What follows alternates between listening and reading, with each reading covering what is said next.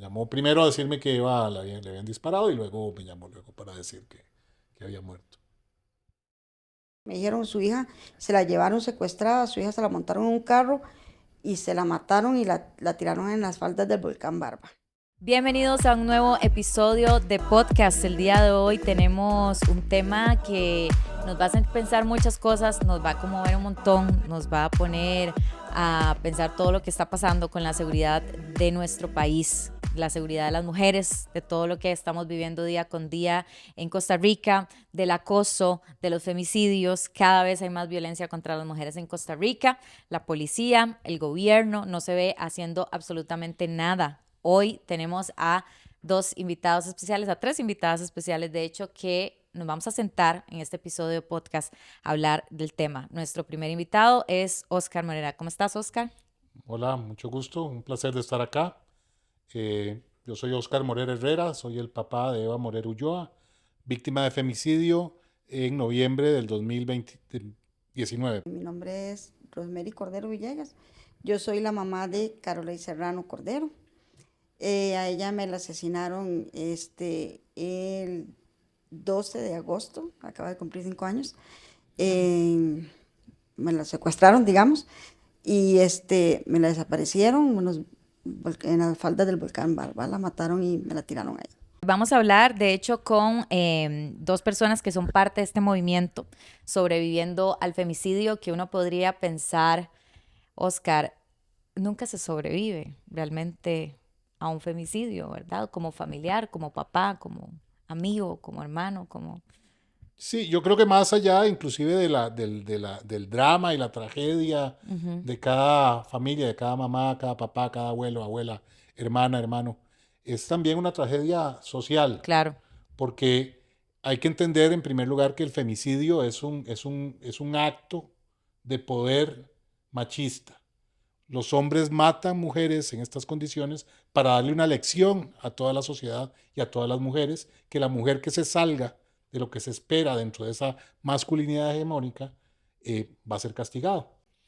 Es interesante eso de lo que me decís del sobreviviendo. Nosotros cuando fundamos el grupo nos llamábamos familias víctimas de femicidio. Y en algún momento yo vi un documental de una persona que había pasado por una situación de vida muy dura. Y él hablaba de eso precisamente, de que uno debía no sentirse víctima, sino sentirse sobreviviente. claro. Y el sobreviviente además tiene el derecho y debe aspirar a tener una vida feliz, normal y plena a pesar de lo que sucedió. Y eso es parte del ejercicio de sobrevivir. Wow, sí. Contame cómo fue todo con Eva, porque tenía lo que dicen los medios de comunicación, que ahorita vamos a hablar también de la responsabilidad de comunicación en este Ujú. tipo de casos. Ella tenía una relación impropia con alguien mayor, que fue su femicida. Sí.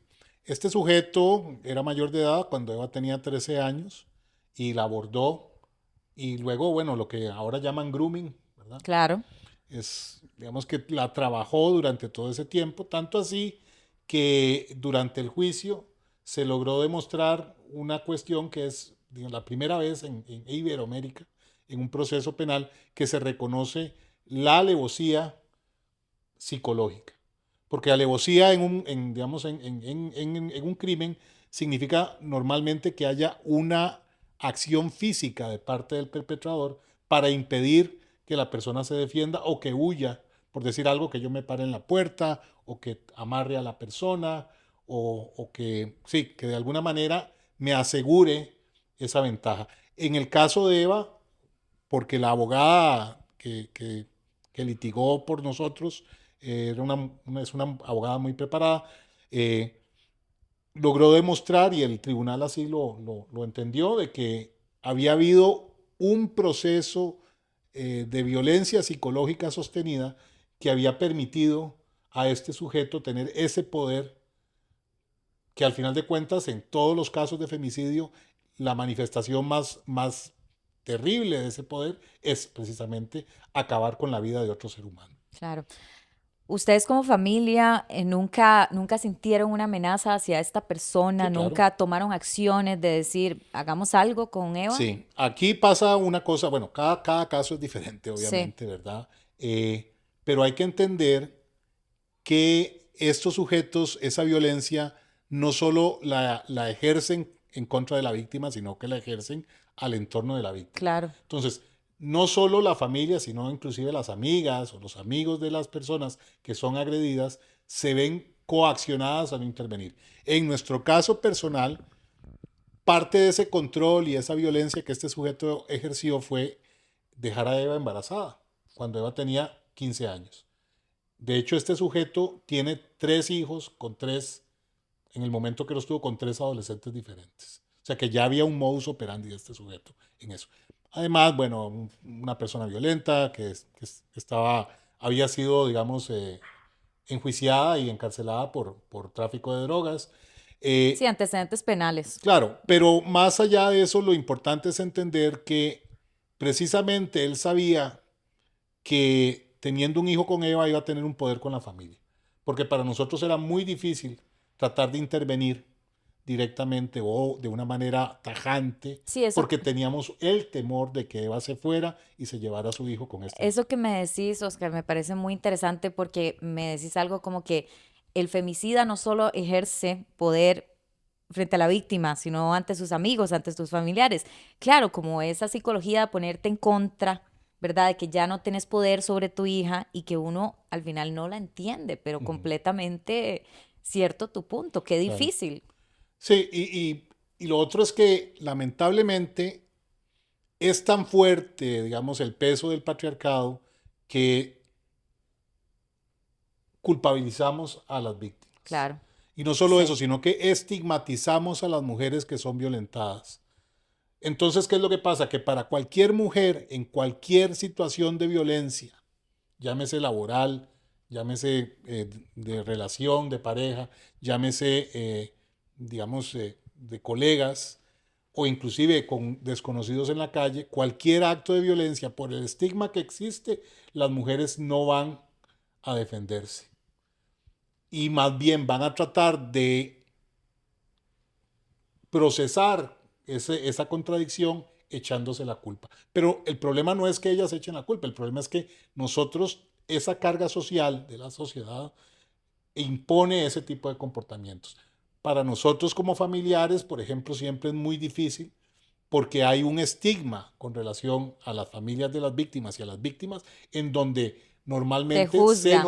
se nos culpabiliza. Sí, que por qué no culpabiliza. hicieron nada, que por qué Por ejemplo, lo el más caso de difícil. Eva, para hablar de Eva, era que cómo era posible que esa muchacha fuera tan tonta de andar con ese hombre, que cómo se fue a meter a la casa de él, que además también hubo un juego ahí morboso de parte de los medios de presentar una historia así como La Bella y la Bestia, ¿verdad? Sí, sí, sí. Que Sí, de la evidente, cara del muchacho como lucía él y como se veía claro, físicamente. pero Ujú. todo eso hay que entender, y que tal vez vamos a hablar más adelante, que además lamentablemente los medios suelen Sí, espectacularizar el femicidio. El femicidio se vuelve un espectáculo. sin duda. Y entonces el trabajo de los medios, que debería ser formar, educar, eh, Se vuelve un show. se vuelve un show, se vuelve un espectáculo y es muy lamentable porque todo eso además afecta a las familias, afecta a los hijos y a las hijas de las víctimas, afecta a las madres, a A los la padres sociedad, a y todos. bueno, a la sociedad. Porque esa violencia además la reciben todas las mujeres, no es que Sí. la está recibiendo una mujer en específico. Oscar, ¿qué puedes contarnos de Eva? Porque lo que sabemos, es triste, fue víctima de femicida, pero ¿qué puedes contarnos de ella? ¿Qué sueños tenía? Sí, bueno, Eva estaba estudiando trabajo social, ya estaba haciendo la práctica profesional, estaba trabajando en el PANI.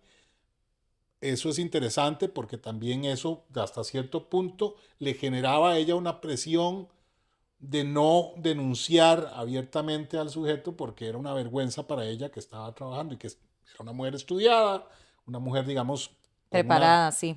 que sufriera eso. Inclusive a nosotros en algún momento, cuando hablamos con las 3 fiscales de Heredia, eh, las señoras fiscales nos expresaron que eso era muy normal, que para una persona en cierta Estudiada, sí. posición Ujú. social o económica o educativa, el estigma de poder denunciar y el estigma por tratar de salir de esa violencia es muy pesado.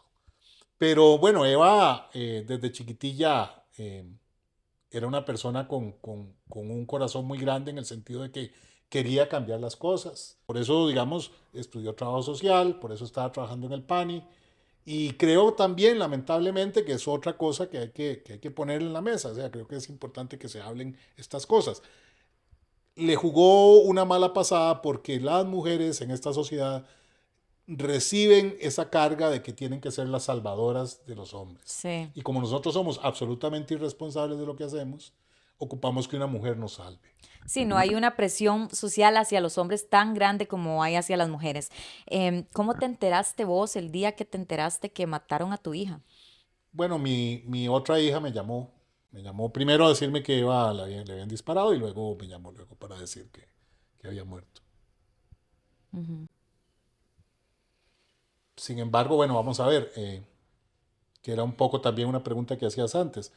Obviamente ese temor lo tuvimos durante muchos años. Ok.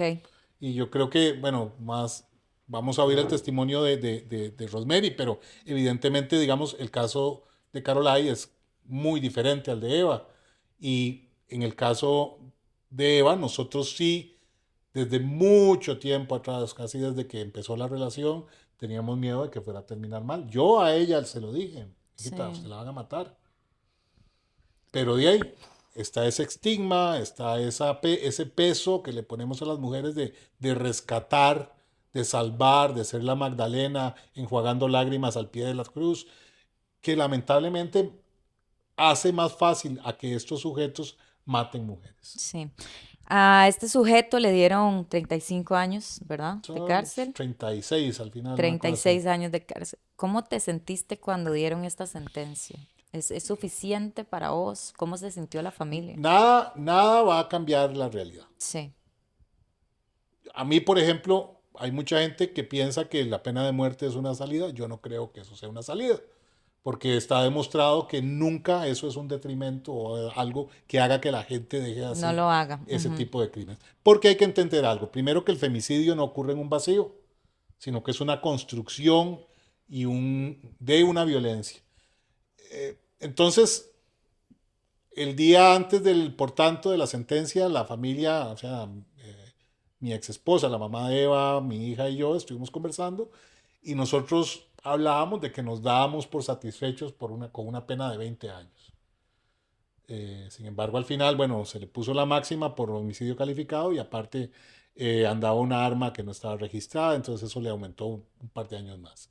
Y las sentencias marcan el fin de una etapa, pero no es el fin definitivo de la etapa que uno tiene que vivir, sobre todo cuando hay hijos o hijas de las víctimas, de nuestras hijas, que hay que Sacarlos ayudar. adelante, literal. Y, Sacarlos y lo adelante. importante aquí es eso, o sea, cuando yo hablo de que nosotros tenemos el derecho a ser felices, a ser a ser plenos, es precisamente que a pesar de esa circunstancia, del terror, de ese horror que vivimos, estos niños y estas niñas, a pesar de eso, necesitan y deben tener la oportunidad de ser plenos y felices. ¿Cómo ha cambiado tu vida después del femicidio? Porque, bueno, ahorita están formándose un grupo, una organización de que ya no se llama sobreviviendo al femicidio, ¿cierto? O ahora lo tienen No, así. más bien antes se llamaba víctimas de femicidio Ahora y ahora están sí. sobreviviendo al femicidio.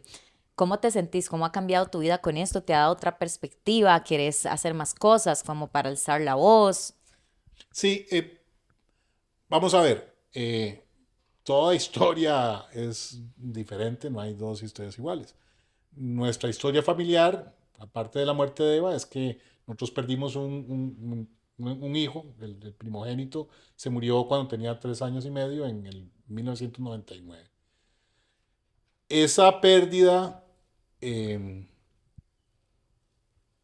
nos marcó y además a mí, digamos, luego con los años me hizo darme cuenta de que en estas situaciones uno es un náufrago y como náufrago se aferra de cualquier cosa que lo pueda ayudar a seguir adelante. Y a veces no es la más adecuada. Y voy a poner un ejemplo. Cuando murió Matías, mi hijo, dos personas que yo quiero y respeto mucho, que eran mi jefe en ese momento y mi papá, me dijeron, usted tiene que parar de llorar, usted tiene que reponerse, agarrar fuerza e ir a trabajar para sacar adelante a su esposa y a su hija.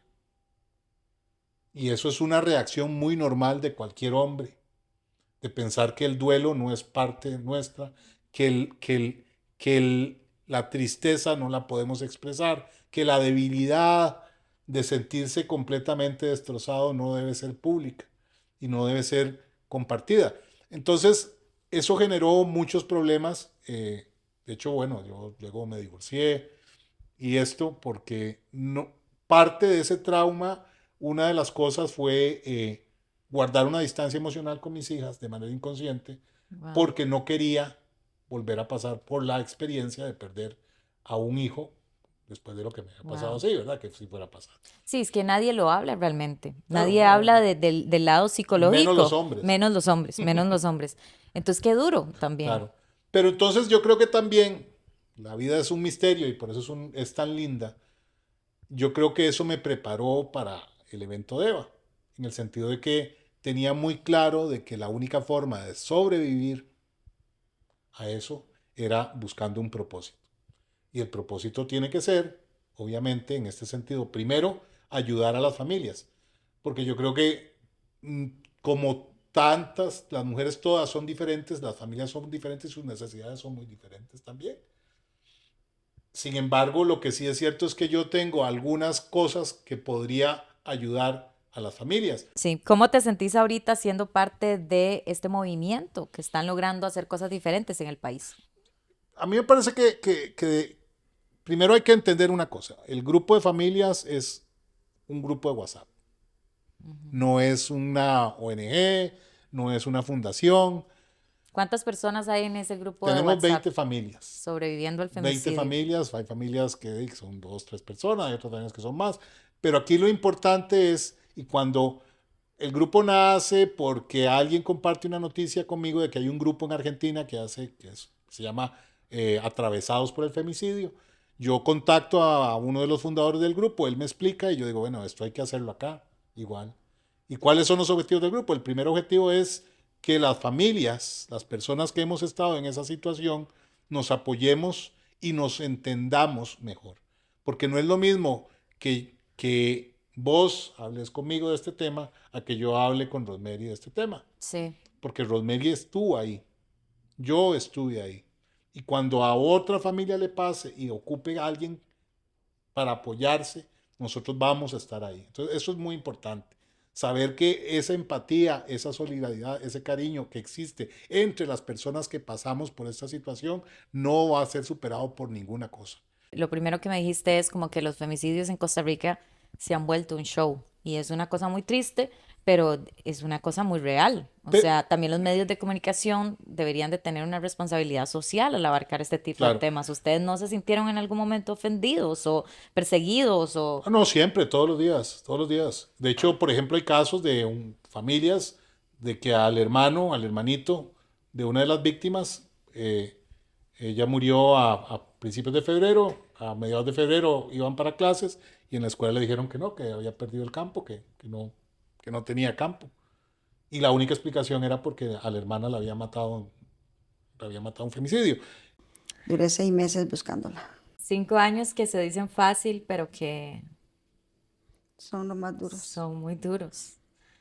Doña Rosemary, usted me contaba que a Caroline la secuestraron, la mandaron a matar su pareja sentimental en ese momento. Sí, ella venía del trabajo, ya se habían puesto de acuerdo que él la invitó a salir. Ella llegó a la casa, se cambió y se fue. Como ella no vivía Esa conmigo, fue la última vez que usted la vio. yo la vi a ella sábado y a ella me la mataron lunes. Yo no me podía despedir de mi hija. Sí,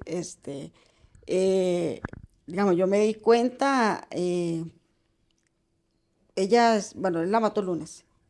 Yo me di cuenta ya martes, cuando ya ella tenía que recoger a la niña y yo empecé a buscarla y no aparecía Caroline, ¿verdad? Entonces, una amiga de ella decía Ustedes la que llamaban y la no. llamaba y no me contestaba y los mensajes no se iban, mensajes de WhatsApp, no se iban. Y una amiga de ella llamó a mi hermana y le dijo que algo había pasado con Caroline porque Caroline era raro que no contestara. Entonces mi hermana me dice a mí que Caroline no contesta y que si no me preocupa. Y le digo yo, no, seguro es que Caroline, como había salido el sábado, ella piensa que yo estoy enojada, entonces ella no me contesta. Eso fue lo que yo pensé, nunca me imaginé que me la habían matado.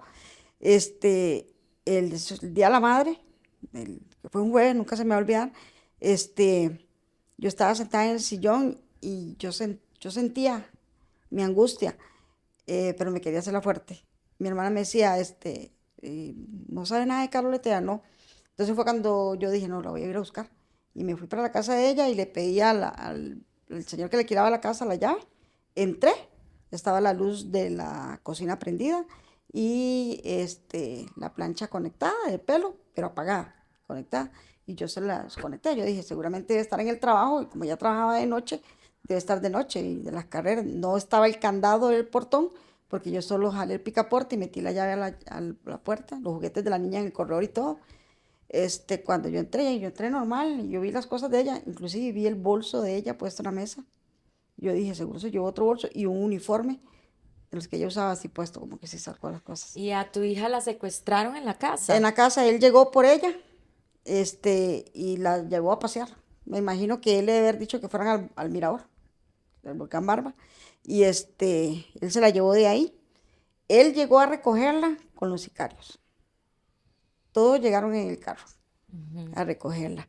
Ella se ve en la cámara donde ella va cruzando la calle, ella lleva las llaves jugando con el dedo y cruza la calle, pero él no la monta ahí, sino como la espera más abajo.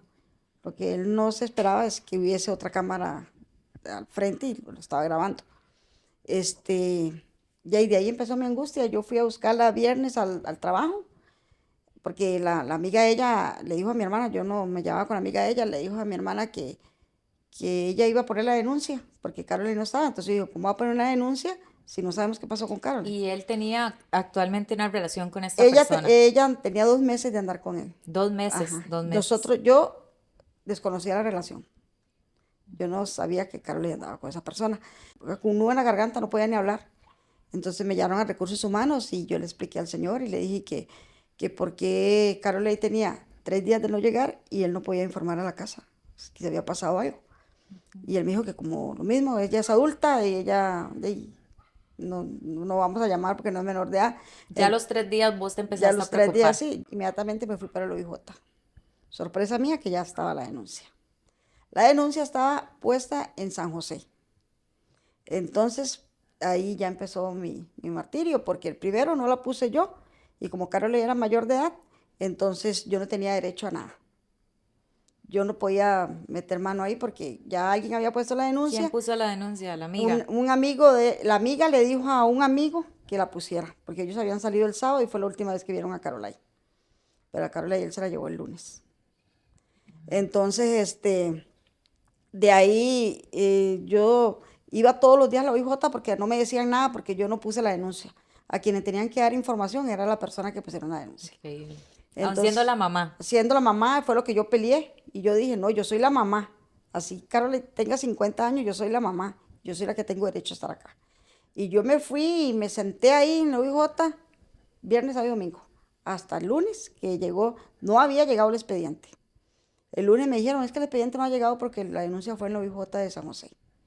Yo vi en Heredia, la denuncia debió haberse puesto en Heredia. Pienso yo, trasladarla. Duraron como a mitad de la otra semana y no había llegado la denuncia hasta que ya empecé a buscar los medios de comunicación, a ser rebelde. A ser mamá. Sí. Que se le perdió la hija. Sí, entonces ya ahí ya ellos ya vieron, digamos que ya era armas a tomar, que yo iba a hacer huelgas, vigilias y todo. Entonces ahí ya empezó ya, como tomarme a mí la declaración, como empezar de cero. Siempre, bueno, había unas cámaras que vieron a este muchacho que era con el que salía. Él siempre fue el primer sospechoso. No, porque no sabíamos, nosotros no podíamos darle información a ellos con quién se había ido Carol, no sabíamos nada. La única que podía decir era la amiga de ella, porque ella se sabía, Se se cocinaba, contaban, se se contaban contaban. todo.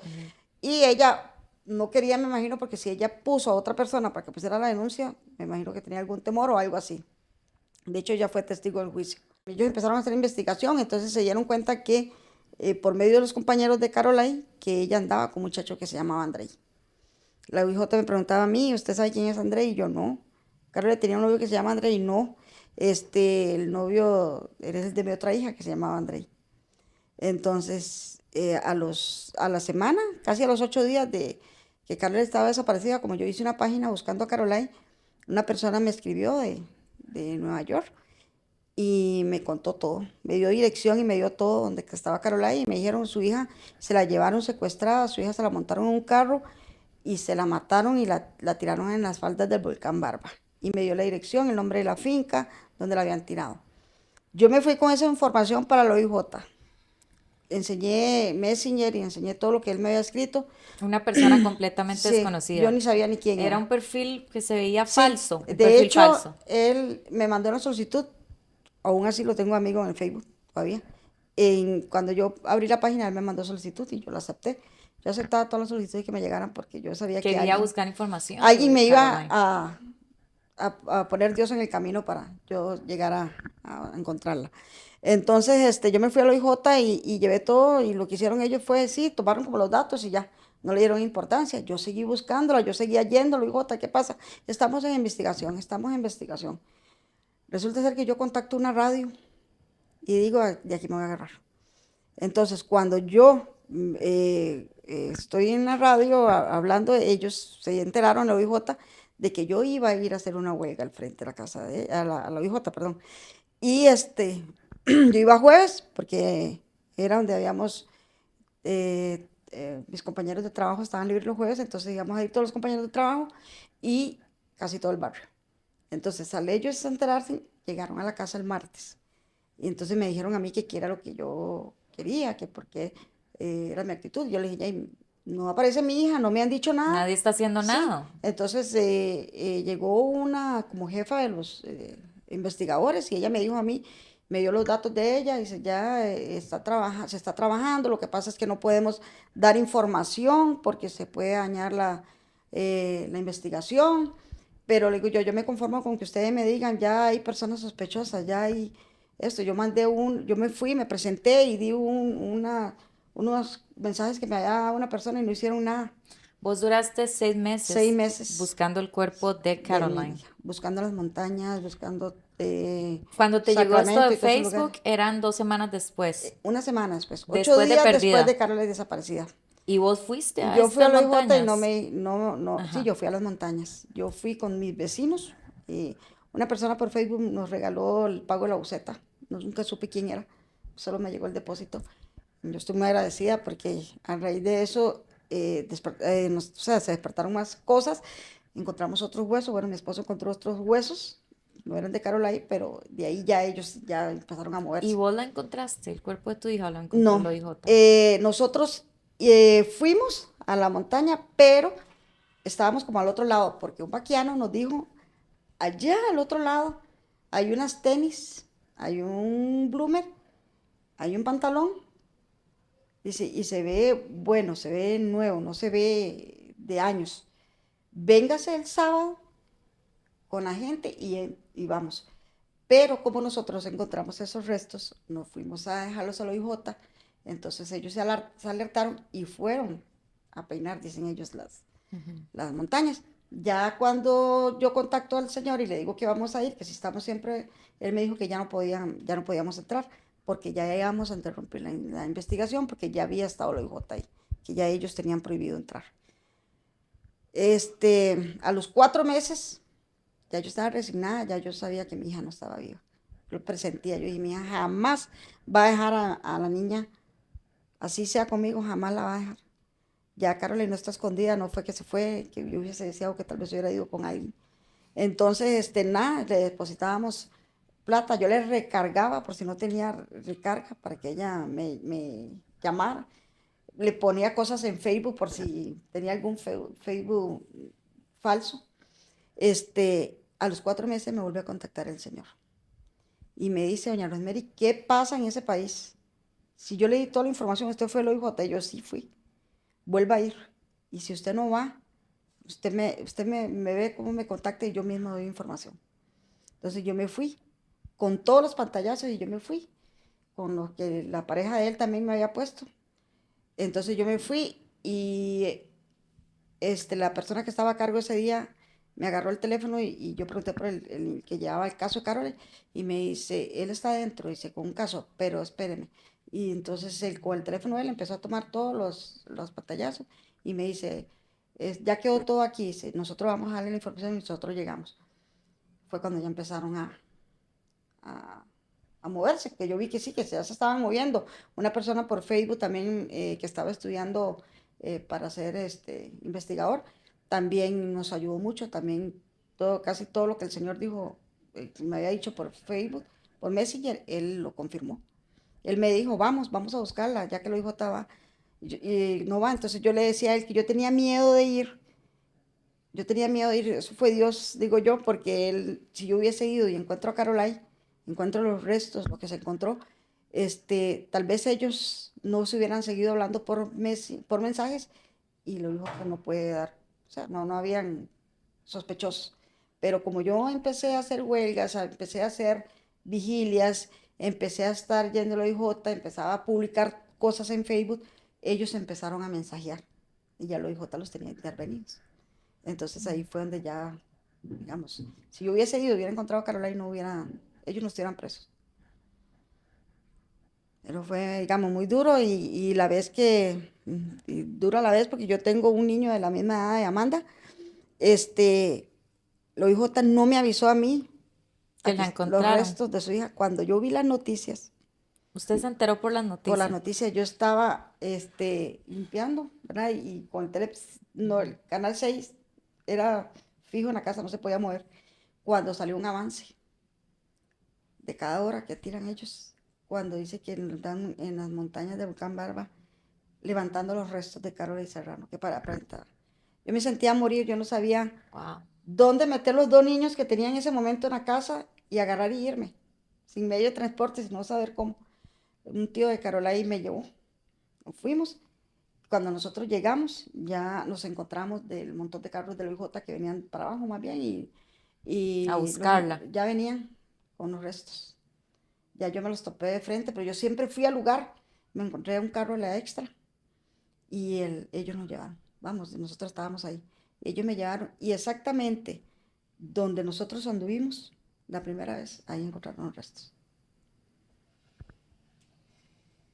Entonces, digamos, yo en ese momento, en esa montaña, digamos, porque ahí es como húmedo, y yo me paraba y me mojaba los pies y yo decía, Dios mío, lo que debe haber sufrido mi hija aquí.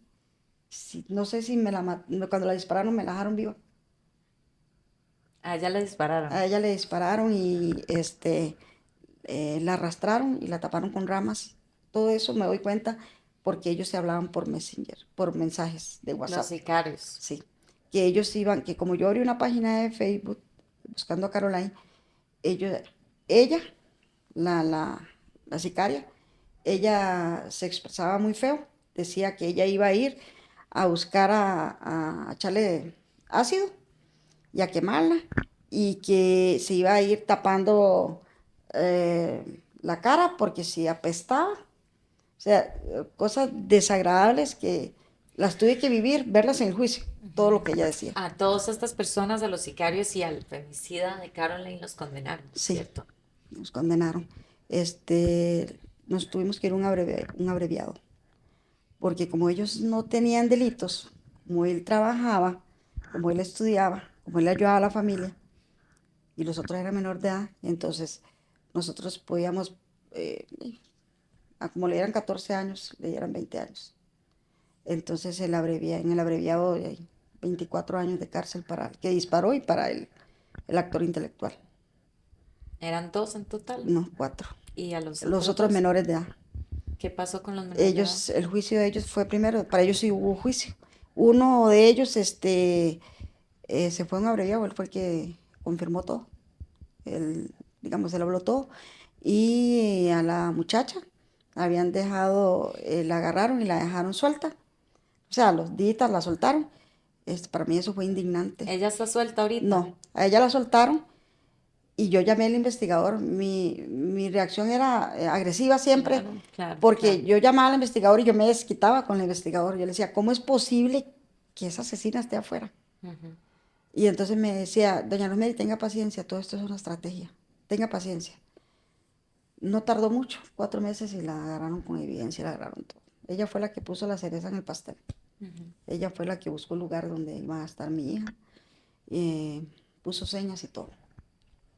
Ella es menor de edad, ella sí le dieron una condena de 13 años.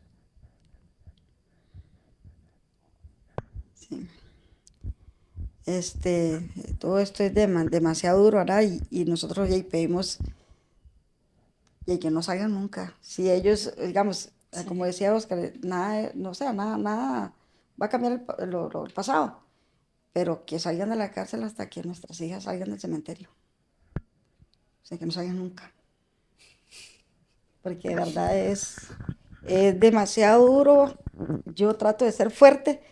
Siempre que vamos a venir a algo de esto, digamos, yo primero me desahogo en mi casa para tratar de ser fuerte aquí, pero de verdad que es demasiado, digamos, lo que se vive. Eso no pasó hace 5 años, eso pasó hoy. Sí. Eso se vive siempre. Sí. Aprendemos a vivir con el dolor. Sí. Y saber que hay una niña que pregunta por su mamá, que hace preguntas que yo le pido a Dios que me dé fuerza y que me ponga las palabras en la boca para poderle contestar. Ya ella en este momento tiene 8 años, ya, pero ella vivió todo, digamos, ella pegó volantes conmigo, ella fue conmigo a las montañas a buscar, ella ¿Ella sabe lo que le pasó a la mamá? Ella sabe lo que le pasó a la mamá. ¿Cómo se siente usted ahorita que es parte de este grupo de sobreviviendo a femicidio? ¿Sentís que te ha ayudado un poco? Yo Porque siempre va a ser doloroso hablar siempre de es esto. doloroso y yo me siento, o sea, me siento que yo puedo apoyar a otras personas, porque de hecho a mí las mamás me llaman, digamos, Oscar es testigo, que las mamás a mí me llaman, doña Rosemary, usted me puede ayudar, ¿cómo hacemos? ¿Qué fue lo que usted hizo? O tal vez alguna mamá de algún femicidio que ha pasado, no, la metemos al grupo, llamo a Oscar para que la meta, y ahí nos damos apoyo. Vamos, hace poco me pasó algo que una señora me llamó, la tía de una muchacha, que estaba desaparecida, la chiquita, se escapó del pani, estaba desaparecida. Y ella me dijo a mí, doña Rosemary, ayúdeme, por favor.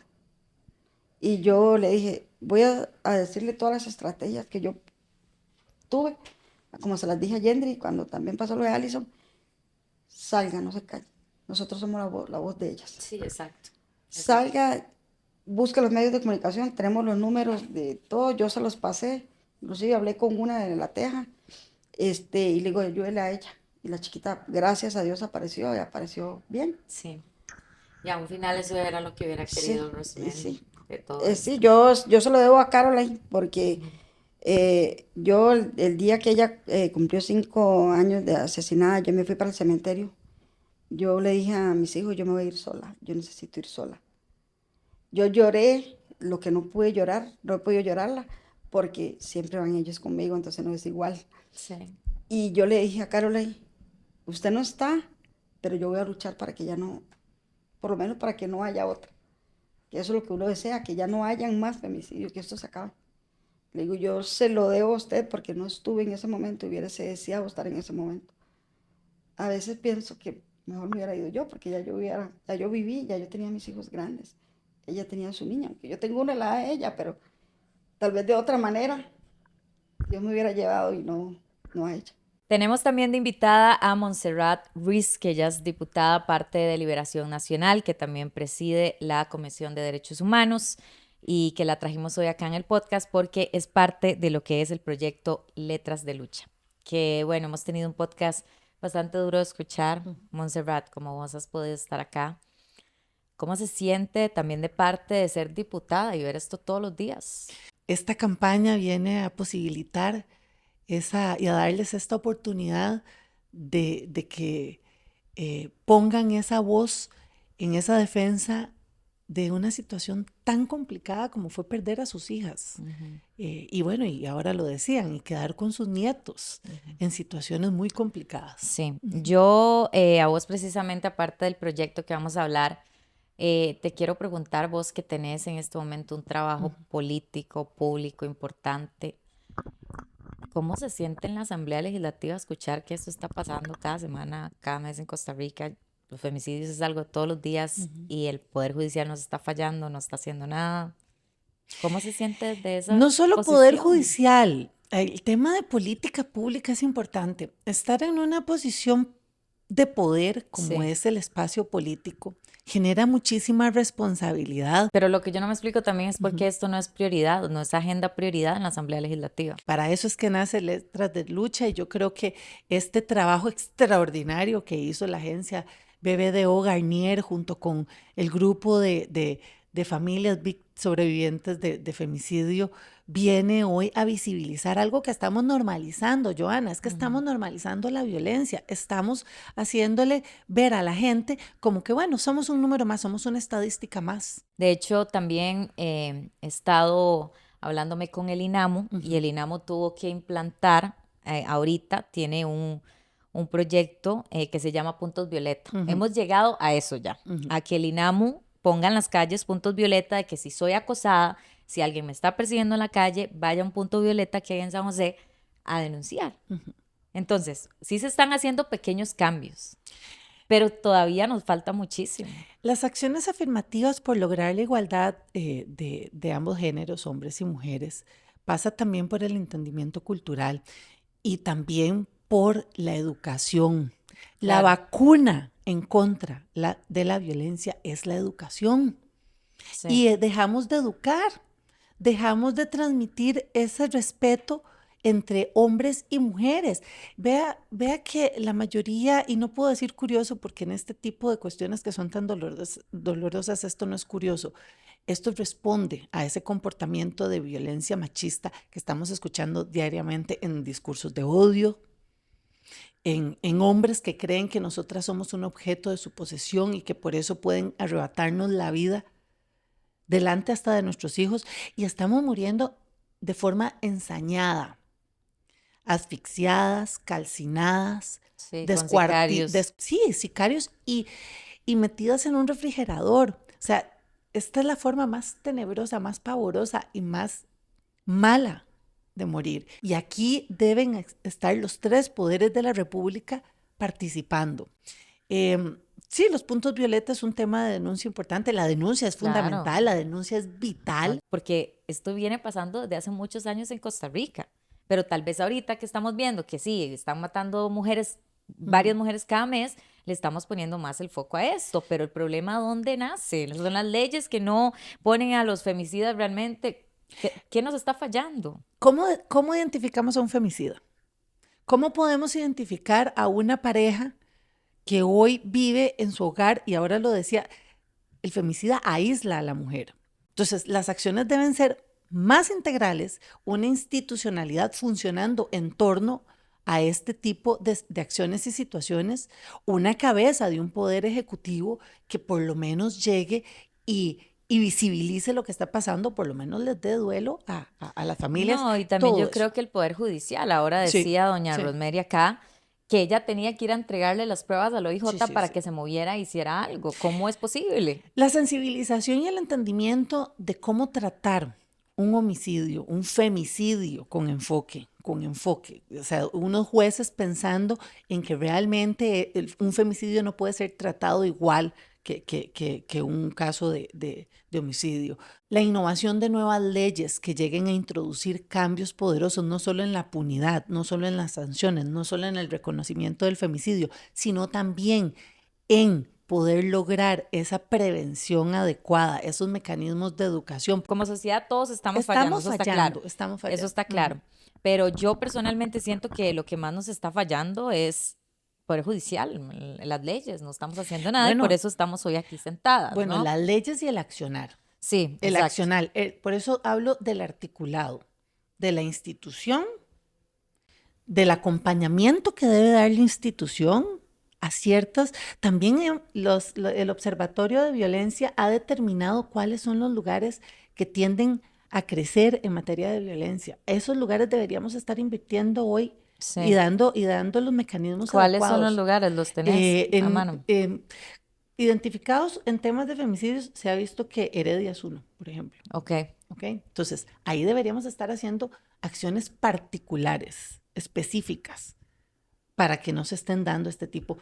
Se está dando en hombres jóvenes. Son hombres jóvenes los que están hoy matando a sus parejas. Sí, la mayoría. La mayoría son hombres jóvenes. Entonces, eso es el 80% de los femicidios ahora en un estudio de la autopsia de 28 mujeres, que ahí incluyen también a las dos, a Caroline y a Eva, determina el perfil del femicida.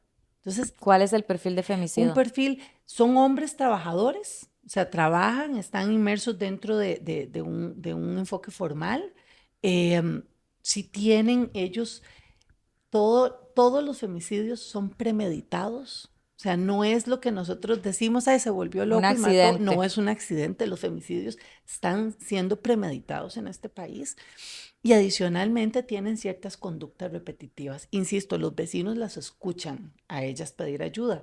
Aquí hay, y ya lo decías vos, hay un tema social que estamos fallando. Bueno, la ley, el proyecto se llama Letras de Lucha. Esta es la campaña. La campaña Letras de Lucha.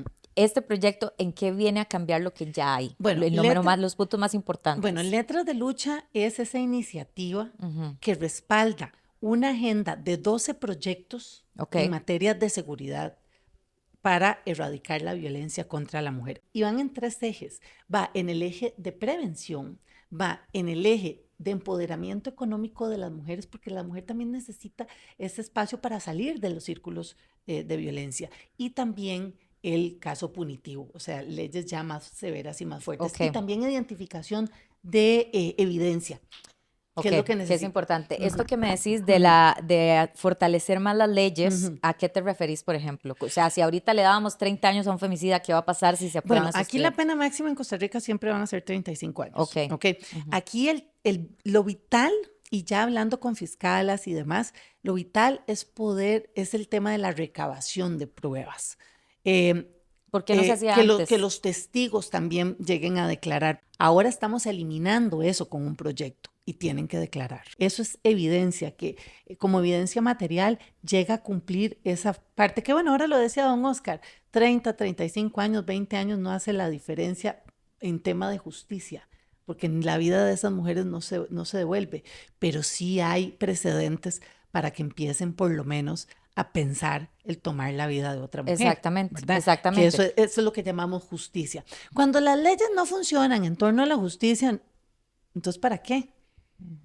Entonces, estos 12 proyectos vienen hoy a representar esa voz con las letras de las mujeres, de 10 mujeres que fueron asesinadas de manera vil y cruel. ¿Cómo podemos nosotros de alguna forma ser parte de Letras de Lucha? Letras de Lucha tiene una página web, www.letrasdelucha.com. Ahí ustedes se meten y asuntos muy característicos de la campaña. Ustedes pueden escribirle a los y las diputadas solicitándoles que por favor lleven estos proyectos de ley lo más rápido posible para que sean aprobados. Eso te iba a preguntar, Montserrat, porque todos queremos que esto pase ya. Sí, sí se puede. Sí se puede. Nosotros porque podemos en Costa Rica, aprobarlo. en la Asamblea Legislativa, todo es un atraso. Sí, por la tramitología. Tienen que pasar por un análisis técnico, pero sí se pueden, o sea, sí se pueden. Y ya tenemos 2 valorados en esto que están en la corriente, en el plenario legislativo, y la semana pasada solicitamos diferentes diputados, porque aquí también se nos están ya apuntando diputados. Increíble que no estén. Es que deben estar. Pues por eso. Es que el cambio es de tanto hombres como mujeres. Pero es que cuando me decís que sí, que esperamos que sea pronto, se siente como que no es prioridad. ¿Cómo no es prioridad en la Asamblea Legislativa un tema de femicidios? Absolutamente, absolutamente. Y por eso es que la campaña tiene que surgir ese efecto.